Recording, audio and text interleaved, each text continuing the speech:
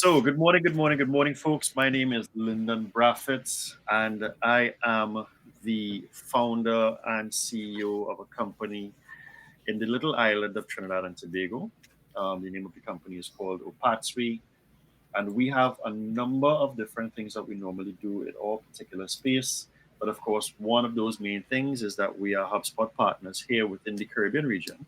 And one of our main areas is, of course, in the higher education space. So, first and foremost, thank you to everyone for taking the time to join. And I think I already have an idea as to where Debbie is coming from. But if I may just ask Amanda if you'll maybe just want to drop in the chat for us where are you connecting with us from. I think most of everyone here else here would be from Trinidad and Tobago. Houston, Texas. Thank you. All right.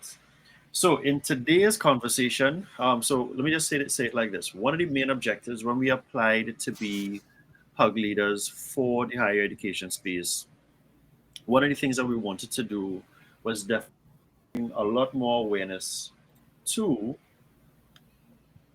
the community, the higher education community, as it relates to how can schools, and we intend to do this for a number of different industries, but for the period of 2022, we are definitely focusing on higher education. So our goal has been really how can we help schools have a better understanding of leads, closing more opportunities, just going through that whole process of having a lead, and that lead comes all the way into the space of an a successfully enrolled student. So today we've been able to touch on two. All right. So in our first one, we gave a very broad preamble as to what that entire lead to enrollment scenario is like. We spoke about the student enrollment journey. We spoke about the challenges that a lot of institutions are generating leads, right? But there's also a challenge of converting those leads into successfully enrolled students. In part two, we spoke about the student enrollment journey, and we introduced that higher education inbound journey map. And what we did begin to speak on was the framework as to what are some of the things that institutions can be doing to begin changing the way that they go about just quote unquote generating leads towards closing at a higher conversion rate. So today, I have the honor of having a colleague and friend and someone who is extremely proficient in her space. Her name is LaShawn Randin.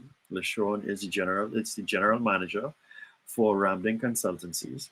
And LaShawn is going to help me with the conversation of lead generation versus demand generation, because it's something that we see a lot of institutions pushing for. They want to generate leads, but again, as we said in the beginning, sometimes those leads don't always convert well because they are at different stages of their journey. So LaShawn, thank you for joining. If you can just maybe give a brief introduction to yourself, and then we just jump straight into it. Hi, good morning, everyone. Yes, so I am, as Lyndon said, uh, general manager at my own company, but we do digital marketing for medium-sized corporations in the Caribbean. In terms of myself, I do have a background in sales because I did sales for like 12 years and then went into marketing. And as we all know, sales and marketing have a love-hate relationship, but we are married. And that is like the crux of what we're going to get into today. I'm very excited for this discussion. Thank you, LaShawn. So LaShawn, here's how we're going to start this off. So I'm going to give a little preamble as to some of the things I've seen within the higher education space. I know you do have experience in that higher education space as well, and then so we'll kind of share our notes, and then I'm going to ask you a couple of questions as it relates to that. So here's the big thing that I normally see. I see there's a lot of emphasis placed on generating leads, right? And then there's a lot of pressure that's placed on the marketing team or the administrative team towards closing or converting those leads. Yeah. Yeah. And within that space as well, some of the things when we really start looking at the sales aspect of it, we recognize that sometimes those leads are not the best leads. They're not the leads of the highest quality. Mhm. So you tend to find some areas of fall off. Have you seen anything similar in your space? Yes, yes, I actually have. So what I find happen, right? A lot of schools they want to, they would have what they call it their enrollment campaign. So we need to get in bodies in the seats. We need to get online or in-person people. But how? And they go full speed ahead, and they don't even they're not starting at what is really my ROI. What it Right. is that I'm trying to actually get. Is it actual leads? I mean, they all say leads, but sometimes it's not even that they really want. Mm, They might want really brand awareness, because I don't think, well, for me, in terms of marketing, I try to tell clients, everybody do not know you. They don't know who you are. And you need to start with that. Pretend they don't know you. It's like Coca-Cola. They never just market with just saying, well, we are Coke, so buy us. They right. always encourage you to buy and why, and they feel good and all of that. So for most higher educational schools, they tend to go into this whole marketing campaign thinking people know who we are, and this is why you should come by us. And they should start with educating the potential customer about who am I and why I should spend my money or time with your learning institution. Right. So I like how you made that point of indicating the education side of things there, and I will touch on that a little bit more. Um, because of the fact that if it is that we have to go with maybe my first question, um, what will this? So I've heard different people at different levels really ask the question of we want to be able to generate leads, so they put together the right kind of campaigns. How would you describe lead generation? And then we'll talk a little bit as to what would be the difference of schools, because you spoke about education, and I know that education should generate certain levels of demand if done the right way. And then Mhm. we'll talk a little bit about what would demand gen really mean for an institution. All right. So, my simple explanation about lead generation is essentially a process of identifying and cultivating your potential customers for your business or your product and service, right? So, when we look at that in terms of the flip side of demand gen, which is really a marketing strategy that includes an activity to drive awareness and interest, you Right. see the difference, right? Hmm. Demand is based on the marketing campaigns to create that demand or interest, and lead gen is marketing based on campaigns to collect information about your potential customers and then turn Right. those people into leads. Right. So I like what you said there, because you started off by saying it's a process of identifying. So would it just be, is it safe to say that sometimes when an institution just starts to say, well, we're going to push out a marketing campaign, whether they do it through Facebook or Mhm. otherwise, that is maybe sometimes too far in the process, because everybody, Yes. yes, you can, I know I've seen it in other industries too, right? So I've seen it in real estate. Everybody who wants to use Facebook to generate leads. Right. But what would that first part of that process be before For you even me, click post? Yeah. data. Right. To me, you have to look at your analytics. I strongly believe in data driven marketing. So, if you have been in business in terms of these schools, they've been in business, let's say 5 years, you should have been collecting data.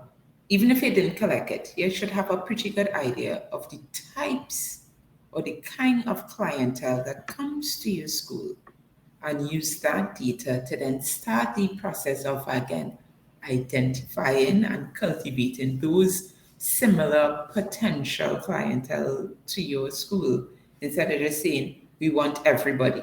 No, you don't Right. want everybody. Because depending on your school, if it's a vocational school, not everybody looking to do vocational studies. If you're more business related, what is the everybody? Is it everybody who are already in business or have an idea of it, or people that just absolutely know nothing about it and want to start from scratch? You need to start getting that information so you know who are your potential clients. Right.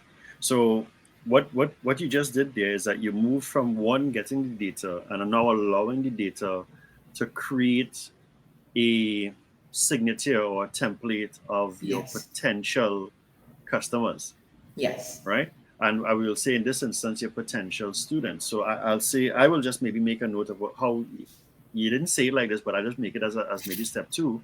Use the data to try to identify your ICP. Now, I know that folks would have heard these terms before, use data, ICP, but the reason why we do sessions like these is because as much as people hear it, it is not always well applied. It is not like a standard part of your practice. It's the main activity is running the campaigns. And then after that, even when you begin to get the campaigns, you're not using the data from the campaigns to start fine tuning to make sure that you start getting more people like who already enrolled Right. within your school, right? Mhm. So you just spoke about the demographic in terms of the ICP. What would you maybe suggest, or I'll maybe ask it like this: is there would there be a preference in terms of which one would maybe more important? Would lead gen be more important? Would demand gen be more important, or do they both go hand in hand?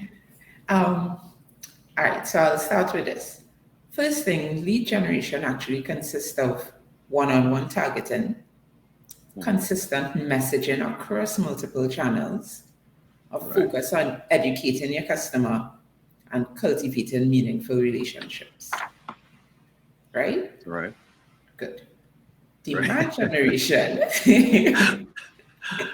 Right?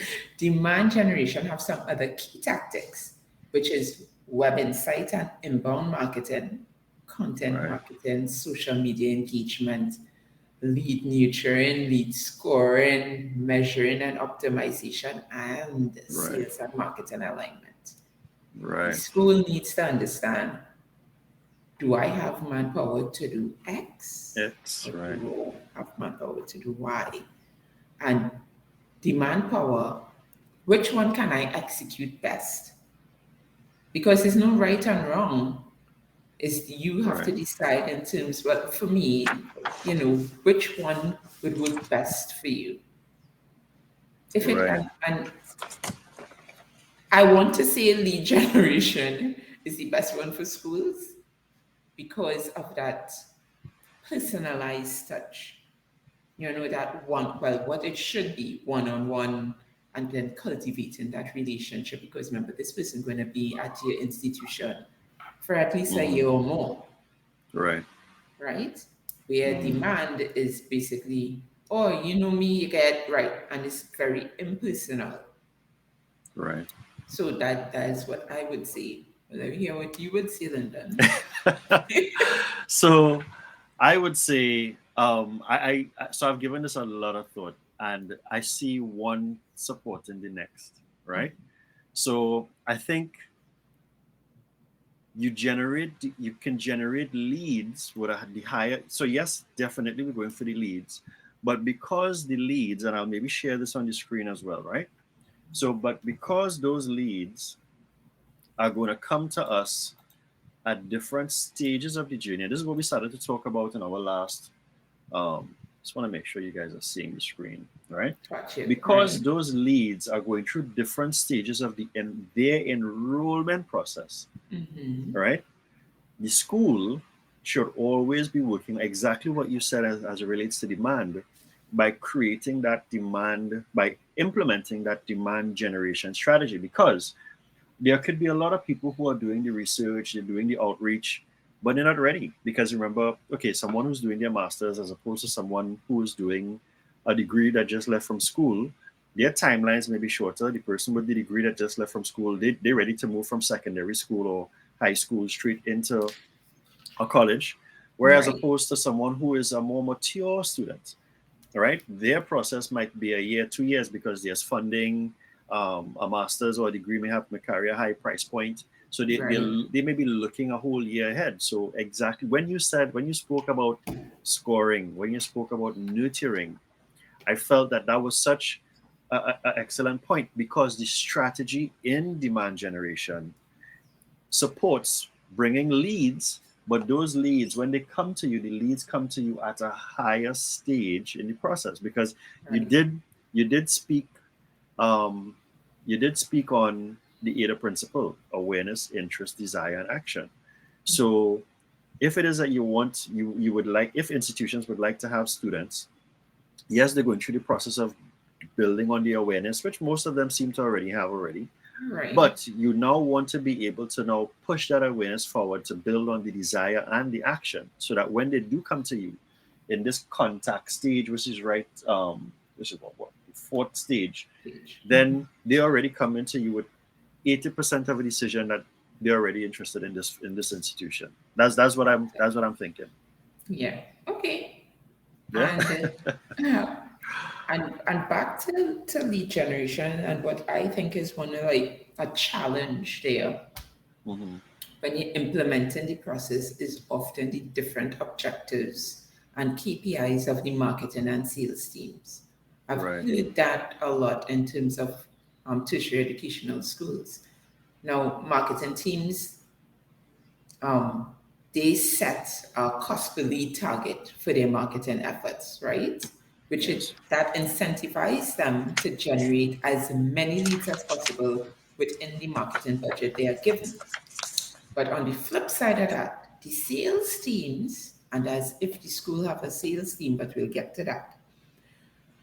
The Okay. sales team often sets targets based on conversion rates of the leads that they are passed to them. So if marketing is passing, as you said before, a high volume or low quality leads, it isn't going to help the sales team achieve their targets at all. It would be best if they pass a similar, a smaller number of high quality leads, and that would then have a higher chance of converting, Converting. Right. right? Right. Instead of, well, we pass the sales team 200 leads, and of those 200 leads, 20 are really high quality. You're wasting time. So then you Yeah. need to really start looking and cultivating those high quality leads that pass on to the sales team. And Right. I think, therefore, then you have a higher conversion, and the sales and marketing team could be friends. Yeah. So I I I agree with you 1,000% there, because I do have a pro and con written down here just for lead generation, where the con in lead in sorry, let me say with this. The pro in lead gen is that the conversion rates might be lower based upon where these people are, right? So yes, Hmm. we could get the leads, but where are the leads in the state of their enrollment journey? Agree with you Right. 100% there, right? Um, the con, sorry, well, yeah. So the other part of it will really be, you have a high volume. So yes, the pro is the volume, but the con is the quality, as opposed to where demand generation is concerned. With demand generation, you actually have where the pro is the con will be the volume will be lower. So I may get 20, but the quality of that 20 means that it converts at a higher rate. Yeah. And Right. for those of you all that are listening, that's where I believe that the the blending of the both strategies that LaShawn is talking about, where you use that demand generation strategy to really work towards helping generate high quality leads, would really be beneficial to your institution. Because again, we see the leads, we may measure, and the excellent point as it relates to the sales teams and the marketing teams in terms of their metrics. I remember one school a couple of years ago telling me, well, Lyndon, we've brought in the leads, but we can't track. We don't know what happens to the leads after it's gone across to the sales team. So not even just a matter of tracking, but again, the quality, because if there's no communication now between the two to say, well, this is the type of leads that we've gotten or we've only been able to convert to, and I have actually seen and had conversations with institutions within recent time that speaks on that conversion side of things. Like we're not sure about the conversion rate. So not because somebody, and I would always say this, not because somebody fills out a form means that they are ready to buy unless they say something when they're filling out that form. Would you agree? Yeah, absolutely. Because those as I said, those people who fill out the form, they could be in, as we see in sales, one of the three core categories. They're either unaware, right? So they are potential students, but they're currently unaware of your brand. They are Right. aware the potential, they're aware of your brand, but they might have visited your social media pages to find out more on your website and such. And then they're the friendly, which is the ones you're talking about. They're not really that interested. They would make contact, they would get some information, but they're not that hot in terms of going into conversion. And Right. when you're not in sales, you tend to think, oh my God, they asked for our number. That don't Yeah. mean anything. That don't mean Yeah. anything, right? Yeah. They're I've just a seen. friendly consumer. And in the Caribbean, we have a lot of them. We just don't know how to Yes. say no. Yes. Yes. Yes. And I've seen sales reps who get all excited because somebody asks a question, and then they get fired up about the campaign. The campaign is doing so really well. Or the customer called and asked for a quote, but the quote was maybe for them just a matter of inquiry, just to understand the price. It Yeah, doesn't mean that they're that really interested in it now. So, right, yeah, right, right. But I mean, when they move past that friendly stage and they provide the contact information and give permission to be contacted, then you can move them from tofu to mofu Mofu. and start then considering qualifying the lead. Right. Right. So let's talk a little bit. I want to go to Bufu just now, but let's talk about let's talk a little bit about the how. So we spoke about the what, right? We spoke about the why. Um, we did our comparisons between the two. How can institutions, and guys, I really designed this in such a way where I wanted it to be a conversation. The last couple of things that we did, I showed some slides. Excuse me. I do have one or two things to share as it relates to particular things that we could understand from within the HubSpot space. However, I want to make it really clear that even before you go into HubSpot, we have to have it here first. Like this, the seed has to be planted that this is how we are supposed to be doing our work. And HubSpot is really that tool that helps us do our work better, right? Or gives us certain levels of visibility. So because the first thing that LaShawn spoke about in terms of one of the strategies, data. So now you're compiling the data so they'll be able to make better decisions. So LaShawn, what would be some of your how-to suggestions as it relates to whether it's on the lead gen to maybe generate better leads or on the demand gen side? What are some of your staple how-to strategies for either side of the spectrum? Well, since we're on lead, we continue on the lead. All right. So content marketing, Mm, right? There is a global statistic saying that 85% of business to business marketers see that generation of content is the most important content marketing goal, and that leads to relevancy. So you need to be targeting users with content relevant to their position along the buying process, right? mm, That would yield to a higher conversion rate. So you need to know, just like in the slide you're sharing, where they are in that enrollment stage, all right. I'll right? just put it back up for. So Thanks. as you speak, I will just because I'll also have a couple examples as to other things that they can do with that as well. Right. Yeah. All Um, right. Go ahead. and something that I guess people would have considered it, but maybe not as much. a strong lead generation game relies on close collaboration between your different departments. They really Right. do need to speak, right? Right. So sales and marketing needs to have a Yes, conversation yes, towards doing right. yes, right?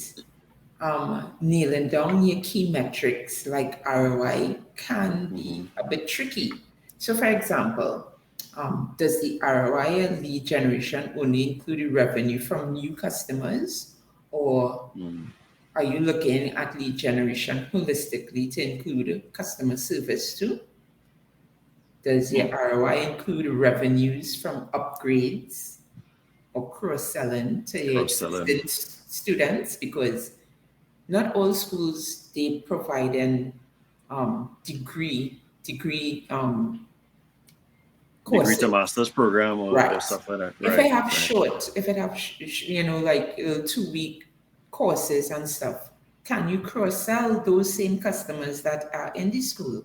Can you Mm. upsell those people? Are you looking at it that way, or are you just looking at, oh, they just came in for a 3 week course and I go in and focus on these other people because I want to get some more people in the degree program?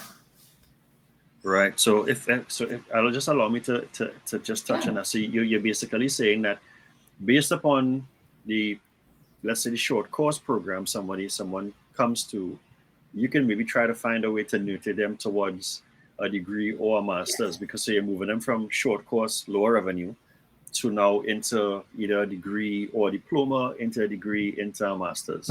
So you just have a strategy that kind of moves them through that journey. yes, You're targeting them through that journey. That's excellent. yeah, right. And again, the large amount of high quality leads of your products and services, if those aren't up to scratch, if your marketing for those aren't up to scratch, they just won't convert. And I think schools need to appreciate that. Mm, yeah, You would yeah. generate a huge amount, but if you aren't doing the proper marketing or servicing of those high quality leads, you won't be able to convert them. And Hmm. that is introspection in terms of what is going on in my organization. Yeah. How And much a lot trust of what, people again? yeah, a lot of what you're saying also means that the institutions have to be diligently tracking what is happening. Yeah. You have to be following this thing from beginning all the way across All the way. to when the person converts. Yeah. Yeah, Yeah. yeah, great. And what would you say is something for demand gen? Whether is it any different from a demand generation standpoint, or Um, Demand generation are a little bit different. Like they have some tactics such as again generating content for different stages of the sales funnel, whereas leaders generating them through the enrollment process, right? Mhm. Um, you could, oh, a good thing for demand generation is leveraging your consumer intent data. So Mm. intent data refers to the behavioral data that you gather about individuals' online activities. I am saying this knowing that most people are not doing that, Sure, but right. right. From in terms of, and it could be simple things like the gender, the keywords when they search for the products or Mm, the service that you are selling. right. Those are using those smart marketing research that reveals the lead's purchase Hmm. potential. Right. So, and I know that schools can, because they have websites.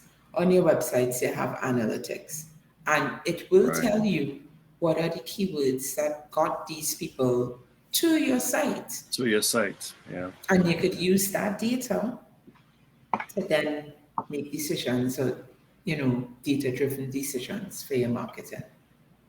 Yeah. So while you're doing that, I'm going to look for one thing. So I just started sprinkling one or two little examples Yeah.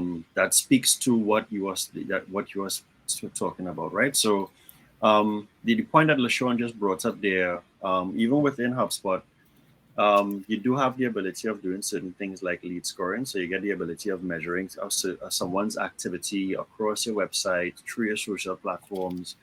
And the more active they become, the higher they come in as a lead, right? So that you will know, okay, when someone hits 20 of a specific type of activities, and LaShawn spoke about behavioral as well, then we could look at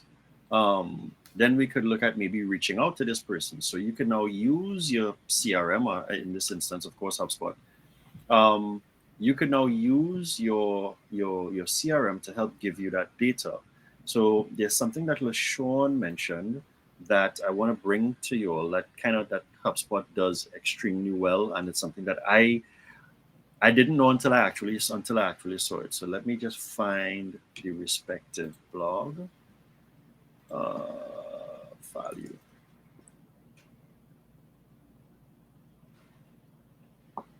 So customers who are interested in, let's say, using their platform within HubSpot.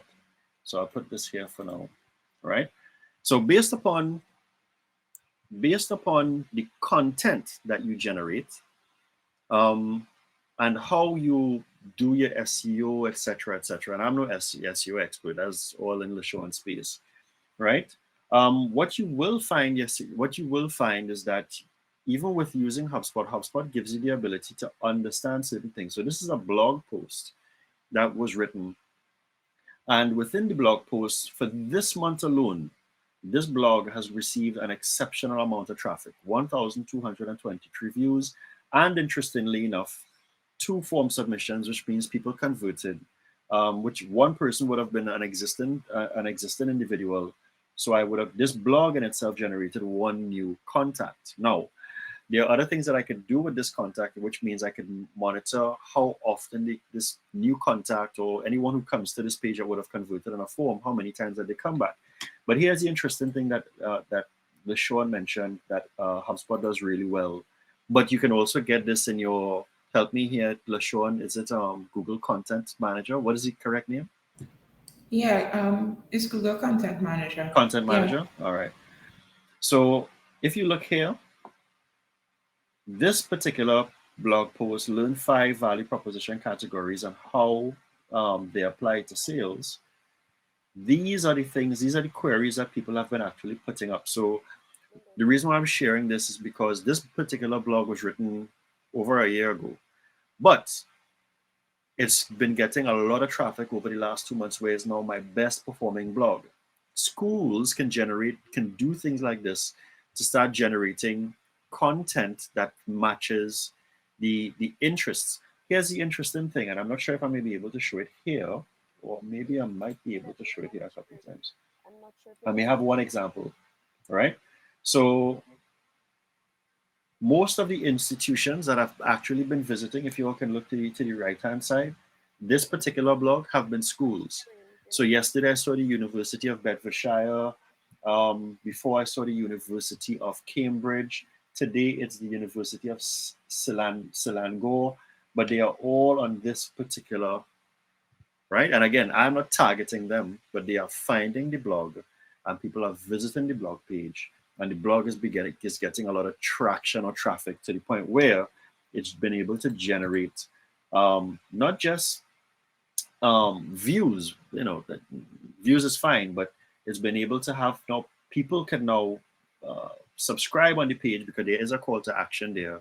And of course, I would have picked up 1 new person. So there's just like one early example as to the things that HubSpot can help you do based upon what LaShawn spoke about. And if it is that we had to kind of flip that back a little bit, that ties into here. So like, what are your people looking for at different stages to help them make a decision? And if it is that they are looking for it, where do you rank in terms of your SEO strategies, your content strategies? How often are they coming back? Because you can do some lead scoring there with them, and based upon their level of activity is when you can now say you can now have the marketing or the sales team take particular strategic action. Lyndon, Yes, I was trying to let you know if you thought you were sharing, you were not sharing it. I was not No. sharing. Okie dokie. Let me try that again.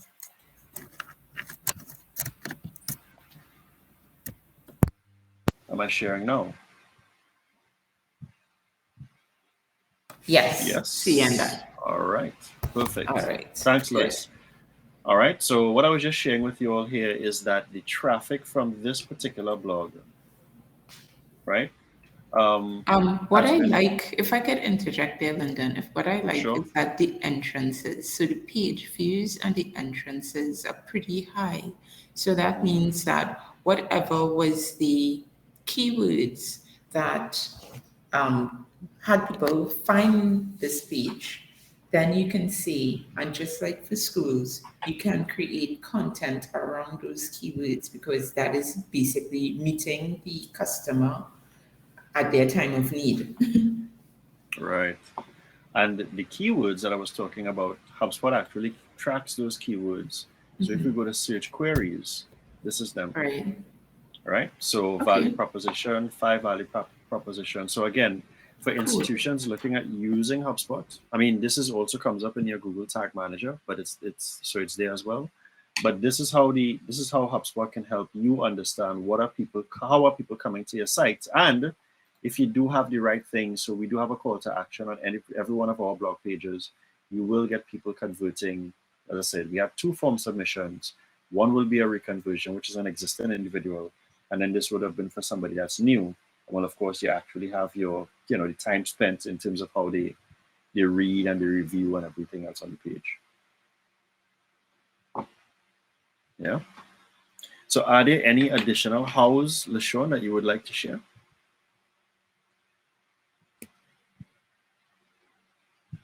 I think you're on mute a little bit.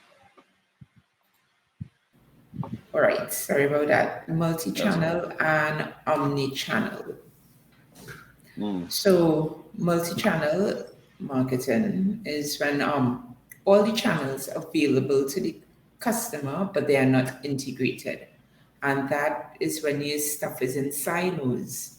And that's not necessarily the best way, right? You don't want them to have to go to a store, to go to your website, to go to your social media.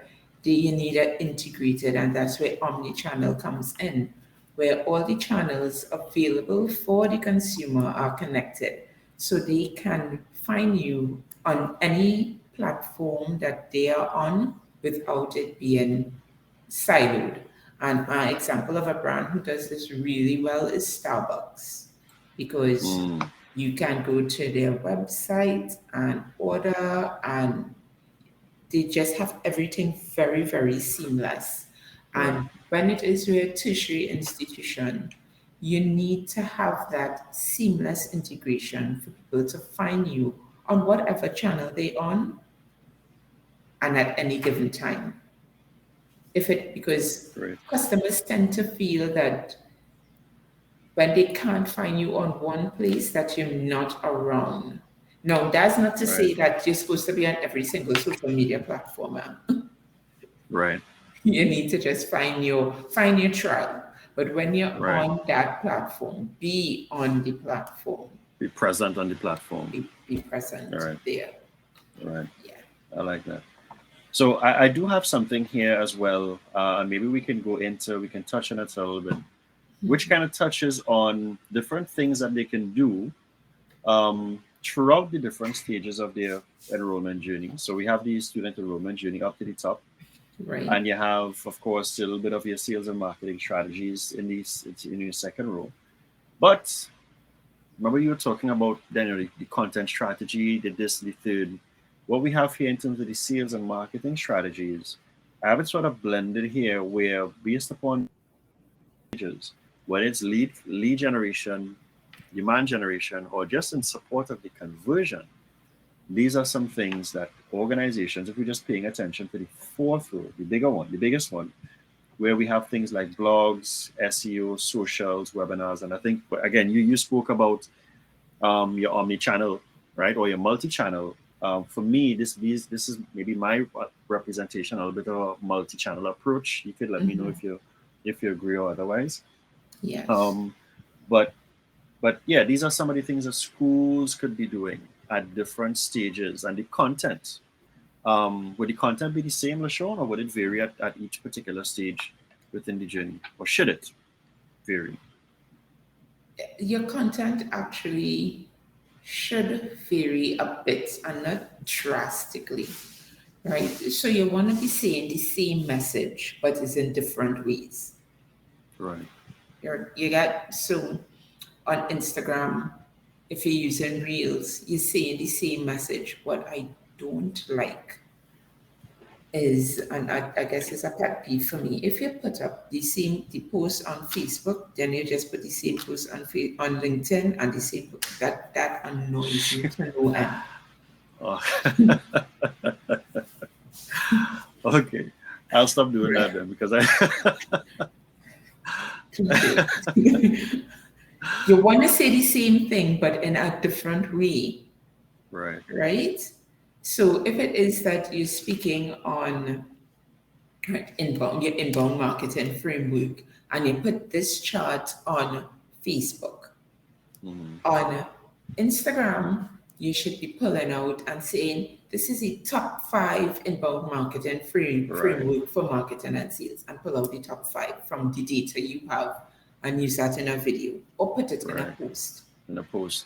On LinkedIn, a thought piece. An article or something like that on it, yeah. Yeah. So you realize all the channels saying the same thing, but in But in different ways. Yeah. in different ways. Because Great. again, on LinkedIn, why I said a thought piece, those things tend to do better. Or Mhm. video Right. does well everywhere. So I mean, I Right. would say patience if it is as a video and you share the video across all channels, Right. right? But the thing about it is that you want to switch up the type of content that you put up there, just so that your audience doesn't get bored. Because one, the audience on LinkedIn is not the same audience that's going to be on your IG. Right. It's going to be on your Yeah. Facebook, and you need Yes. to keep that in mind when you're in school. Yes. Yeah. And for anyone that's going to be looking at this as a replay or later on the YouTube channel, like if you look at part 2 of the conversation, you will notice that there was a particular point in the conversation where we spoke about generations.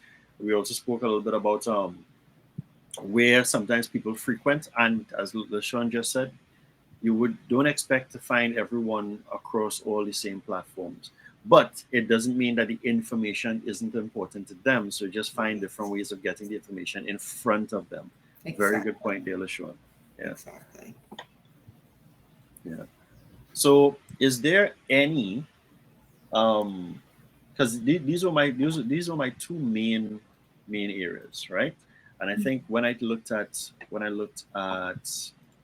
where is it? So I want to give a little insight into this as well. So this is just an example in terms of page views, right? So this is how HubSpot can let you know a page, like a person who would have viewed a certain number of pages. So you can pull this and have this as a table just to get information about what's happening. So you have this one particular person who would have done 399 page views. Now, of course, LaShawn, we can safely say there may or may not be some website. Most websites don't have 399 pages, right? No.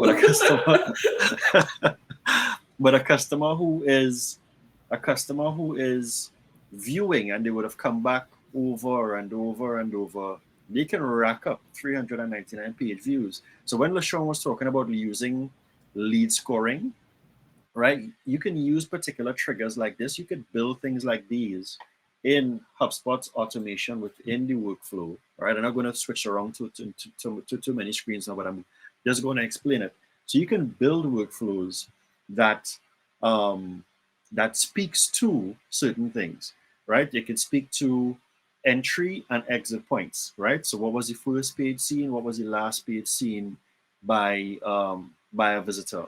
Which social platforms did they actually come from? Did they come from Facebook? Did they come from Instagram? Did they come from LinkedIn? If they filled out the form, you could actually use, because your forms here, most of what we spoke about will sit in ad campaigns, email campaigns, landing pages, etc. But if it is that it did fill out the form from a conversion standpoint, are there bits of information that you could take from the form and then use that in a particular workflow to nurture?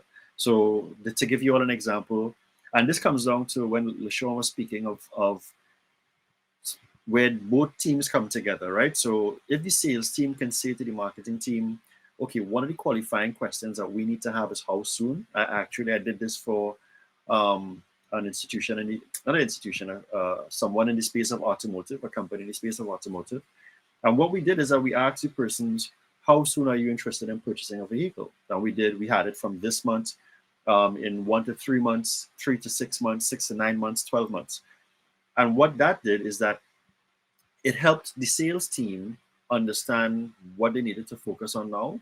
And also it helped the marketing team understand where they needed to put the nurturing strategies. The same thing applies if you have someone who's visiting your MBA page, visiting a degree page, you recognize that they have certain areas of activity.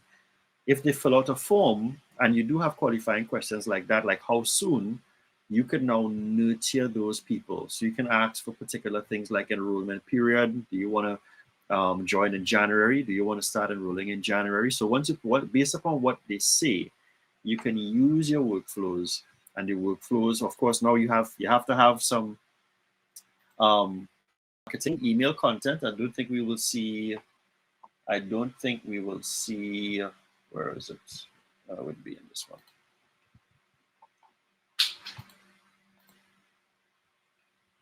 So if it is that we did have, but what you should be doing is now automating that. So which means once you create your automations, so you can now create a series of automated emails, and based upon what the person says, HubSpot will begin nurturing that person to the point where they become a higher qualified lead. They are already a lead in your CRM, but they indicated that they are not ready until January 2023 enrollment period or November enrollment period. So again, those different time frames could mean different strategies, or even the program itself could represent different strategies.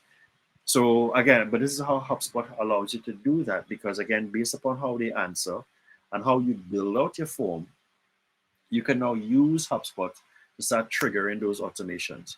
Another good thing is based upon where your blog is. Now this happens if it is that you are using HubSpot Pro and you are using an external blog, you can now build out what blog posts on your external blog you want to send, or if you are using HubSpot's own built-in CMS, you can just, of course, bake that into your strategy, into your content that again LaShawn spoke about, into your content to either generate that lead based upon their visits, or nurture that lead and create higher demand based upon the things that they actually said. So it's not, I wouldn't say it's hard. You just have to actually just understand, conceptualize it. And again, this is where this kind of comes in, because what's most important is, where is this person in their enrollment journey? Where are they in the ADA process, in the ADA principle, right? How soon do you want to start pushing this information in front of them? What other qualifying bits of material or content are you using to help you, if I'm going back to LaShawn's notes, have more information that comes from data about your demographic? So I kind of tying everything straight back to what you said in the beginning, right? And now using, again, the tool. So the tool comes at the end, right? But we must start off with the philosophy and the mindset that we want to be able to generate high quality leads. And after a while, and LaShawn, this might be my last question. If done well, right? Could we be generating leads at a high volume with high conversion rates? Because I know we were saying that demand could be slower and just generating leads could be high, but the leads could be arbitrary. But if done well over time, is it possible that we could actually be generating high leads at a high volume and at a high quality to get better conversion? Yes, you actually can. Once it is you have a proper lead generation strategy, mature companies can achieve greater revenue versus a plan than average companies.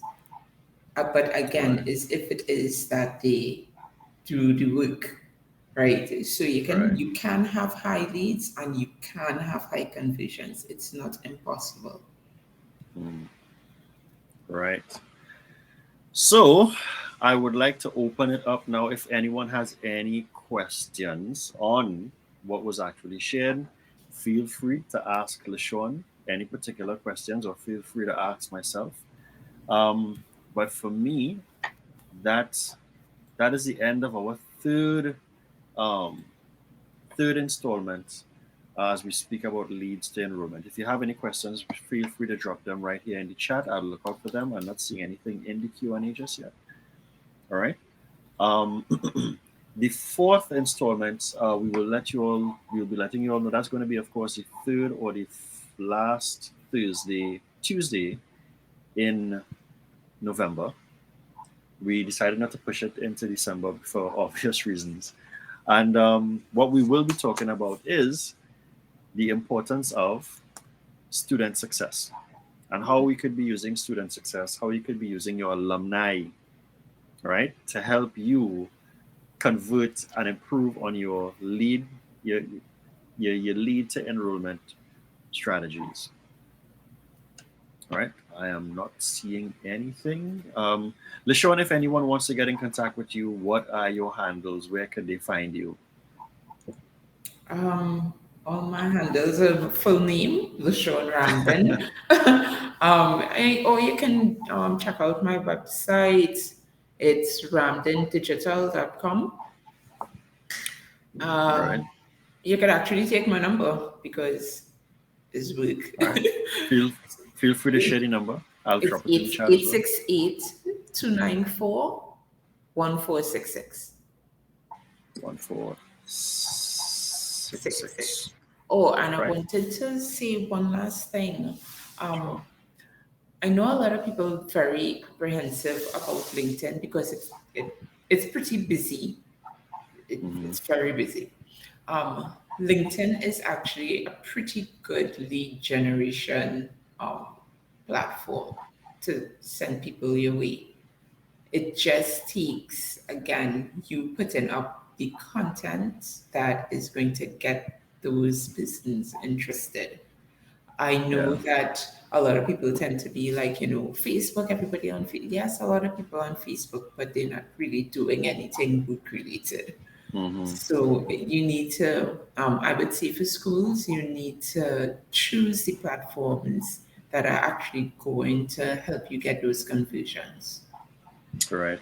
But to sometimes do that, you have to at least try the platforms to see if it fits for you, right? Because I know some schools make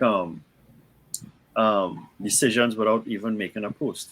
What do Yes. you?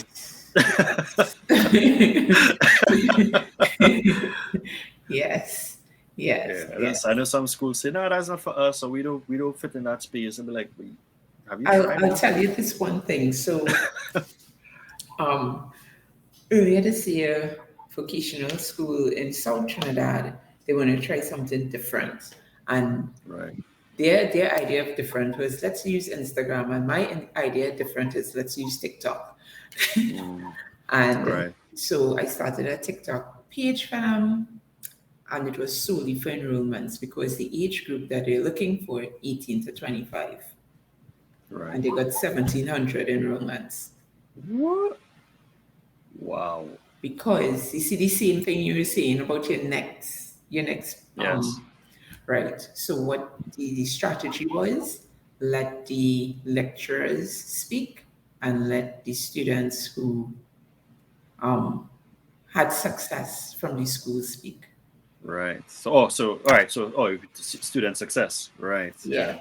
Yep. That is amazing. Yep. And they were like, Amazing. initially they were like, that's not going to work. It's like, let's try. Let's try it. And give me a bonus for every enrollment. But I was like, I was pretty confident it would work because of the Right. age group. So again, you had to look at your Yeah. data and see where Yeah. it is, who you're trying to reach and what they want to do. Right. Right. Yeah. I'm really glad that you did share that, because there is an institution that I did some work with last year in Jamaica, and I have seen them. They've actually done two things that I honestly haven't seen other schools within the English speaking Caribbean do. They started their own podcast, right? And they are consistent with it, right? Love it. And they came onto TikTok, right? Love And it. they, from what I see, and again, how I measure what their, because I don't know what the enrollment success is, but how I look at it, I read through the comments and I see Mm-hmm. all of the questions that's Mm-hmm. being generated Mm-hmm. based upon the post. Yeah. So when I look at it, I'm seeing people are asking enrollment period, cost, do How? you have this, how, Yes. you Yes. understand? And And those are all the you need to, same. Yes. yeah, Yes. yeah. And you know So that they're going to get success from them because once you yeah, start responding to those same people privately and saying, can we send you something or would you like to share your contact for us to get in touch with you? Yep, that is what you need. So yeah, yeah, it's just for schools not to be afraid. yes, Try something different. yeah. As so, LaShawn, thank you so much for spending your time with us. Thanks. Amanda, thank you for spending your time. I know you came in early and you are still here. Thank you. And I am just eating all this up. I'm writing notes. I know I'll have the recording afterwards, but I work with a marketing agency and we have several education-based clients that this has just been like, oh, that's a great idea. Oh, I gotta recommend this. So this has been incredibly helpful. I'm so excited to be able to be a part of it. Thank you. Thank you. Great. And Debbie out there all the way in West Africa, thank you again. Debbie actually gave me a nudge to say, hey, we here, you're not here. Something's up with the, we have to figure it out. We have to, it prompts people to come in an hour earlier than expected. So we figured that out with Bevy. But Debbie, again, thanks for always being a champion here with us on the platform. It's a pleasure to be here and support Lyndon. Thanks, guys. All right. So take care, everyone. Look out for the recording, and we will chat soon. November. We'll send out the date. I don't want to call the wrong date, and I'm gonna give you all a second. All right. All right. Take care, everybody. Enjoy the rest of your Okay. Tuesday. Bye bye. Bye.